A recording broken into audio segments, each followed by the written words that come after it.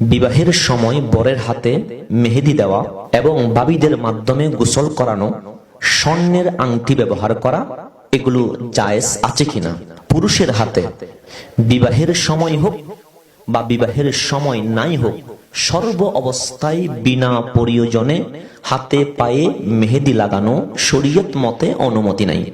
তবে চুল এবং দাড়িতে মেহেদি ইউজ করতে পারে।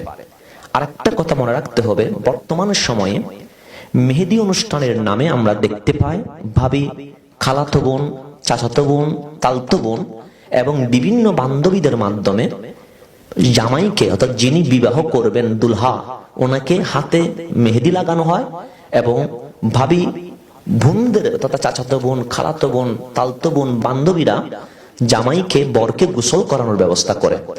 এই সব মেহেদি লাগানো এবং গোসল করানো এগুলো অশ্লীলতা, বেহায়াপনা।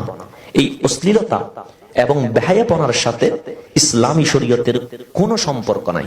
তাই একজন পুরুষ মেহেদি রাতে বা মেহেদি অনুষ্ঠানে হাতে পায়ে মেহেদি দেওয়া এবং ভাবিদের মাধ্যমে গোসল করানো, এটা ইসলামী শরীয়তে সম্পূর্ণ অবৈধ। তবে মহিলারা মেহেদি ইউজ করতে পারবে, এতে কোনো সমস্যা নেই। আরেকটি প্রশ্ন করেছেন যে পুরুষ বিবাহের সময় স্বর্ণের আংটি ইউজ করতে পারবে কিনা?